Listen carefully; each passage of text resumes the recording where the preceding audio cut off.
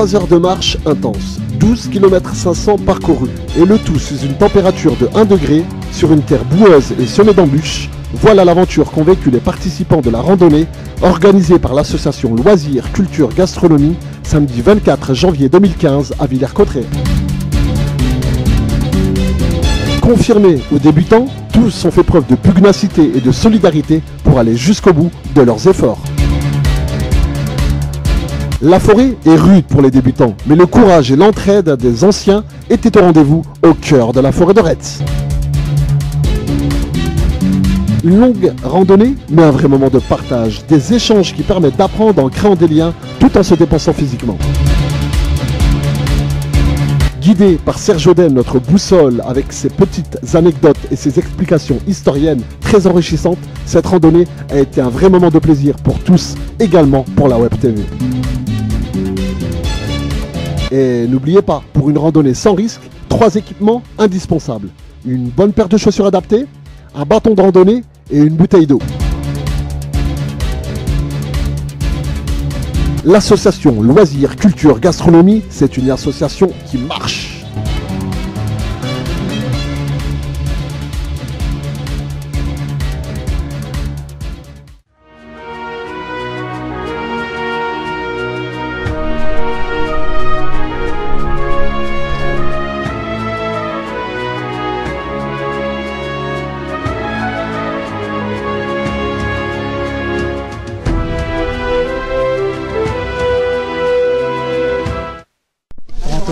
C'est rare de voir deux côtés comme ça. C'est pas deux côtés, c'est l'ensemble. Hein. Là, c'est pas encore la même chose. C'est encore la même chose. C'est parce qu'il fait le tour là. La loupe, elle doit faire. Ouais. Il a mis ses Walkman. C'est ça. Avec ça, on peut faire des tableaux de bord de voitures anciennes. Ouais. Les voitures qu'on restaure, on peut faire des tableaux de bord avec. Pourquoi là, il y a une écorce comme ça alors qu'il doit être La loupe dedans. Ça gonfle tellement que ça les s'écarte. rovers, les rovers, Les jaguars. les jaguars et les Rolls-Royce aussi qu'on a ça. Et il y a à peu près 6 ou 8 mois, on en avait vu une derrière le bois d'Arié, on avait été voir la maison forestière de Cabaret et on avait vu une loupe, elle ressemblait à un singe. Oui. Vous vous rappelez ça? Bien, je t'en ai offert une petite de loupe. Ah, je l'ai toujours dans mon bureau, t'inquiète pas. une loupe. Voilà, ouais, toute petite, hein, grosse comme ça. Voilà. Là, on fait des belles choses, hein, Ouais. des Voilà. sous-verts, ça dépend de l'outil qu'on a pour la découpe. Là derrière, vous avez. Là derrière, vous avez.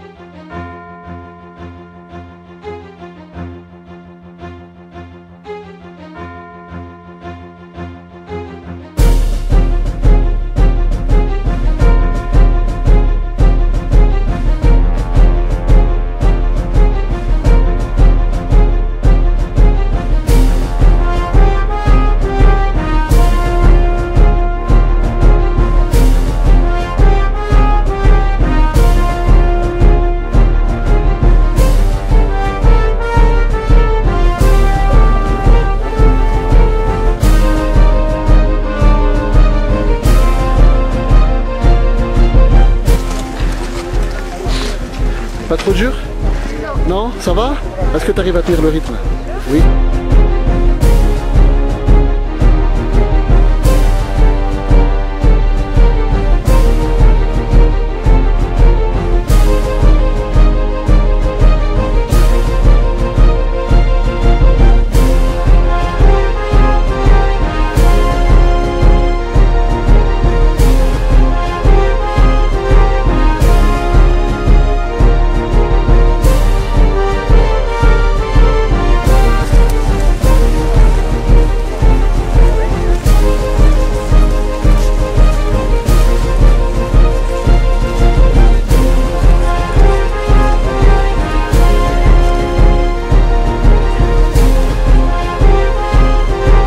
là, à peu près là.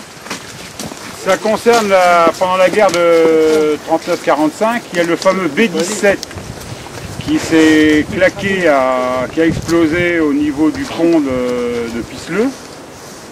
Alors il y a eu des morceaux qui sont tombés à droite à gauche, et il y a une aile qui est tombée ici.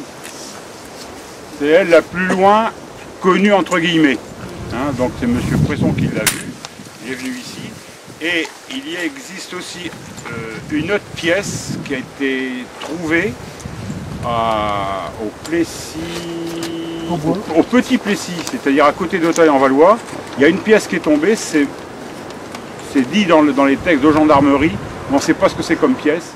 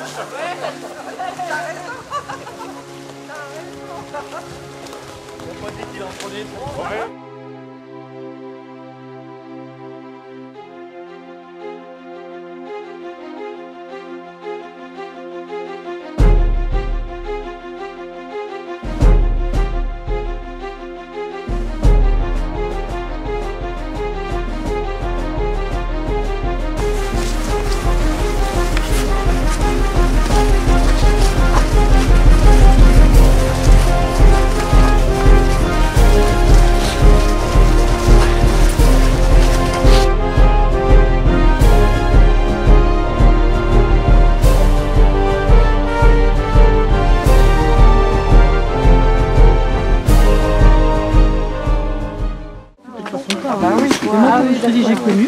Alors là, pardon, excusez-moi. Là ici, vous êtes sur l'allée de la Queue-d'An. Elle démarre à Coyolles, sur la place, et elle suit presque tout droit jusqu'à... Jusqu'au bout, oui, mais ça s'appelle Marolles.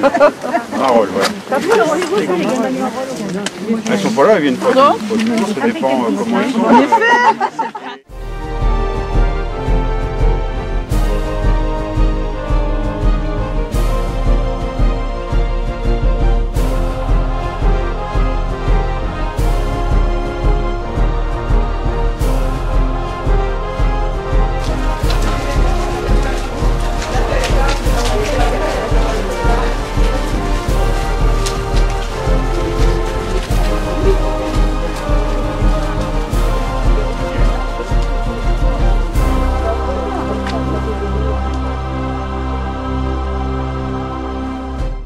Tu veux que je te le dise? Ouais.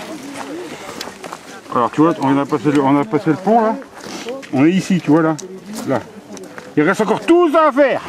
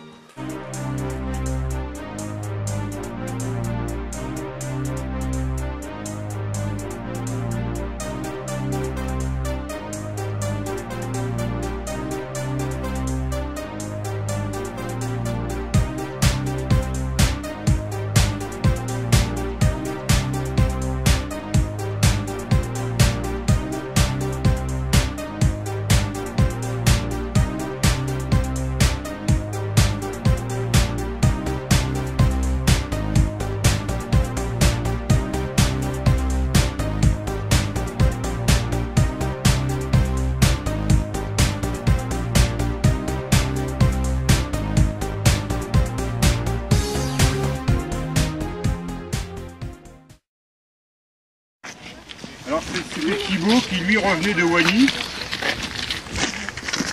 Alors Alexandre Dumas déclare, bon le Thibaut déclare que la belle meunière ne le laissait pas indifférent. Je parle de Thibaut parce qu'il était très amoureux de la meunière. Alors voilà ce qu'écrit Alexandre Dumas venant de Wany, venant de par là. Le moulin de Coyolles est situé dans une position charmante au fond d'une vallée, d'une fraîche vallée. L'eau qui l'alimente et qui forme un petit étang est ombragée par des saules aux têtes monstrueuses et par des peupliers élancés. Les arbres nains et les arbres géants sont reliés entre eux par de magnifiques aunes et par d'immenses noyers au feuillage odorifant. Après avoir fait tourner la roue du moulin, l'eau écumeuse s'écoule par un petit ruisseau qui chante son hymne éternel en bondissant sur les cailloux de son lit et en constellant vers des diamants liquides qui jaillissent de ses cascatelles. Voilà ce que dit Alexandre Dumas, attention. Les fleurs qui se penchent coquettement pour se mirer dans les eaux. Voilà. Quant au moulin, il est si bien perdu dans un bouquet de plantes, de sycomores et de saules pleureurs, qu'à 100 pas de distance, et l'on n'aperçoit que de la cheminée, d'où sort la fumée. Ah oui, on la voit bien, hein. Oui, en montant à travers les arbres, comme une colonne d'albâtre azuré. Voilà. Le site, quoique connu de Thibault, lui causa cette fois un enchantement qu'il n'avait jamais éprouvé.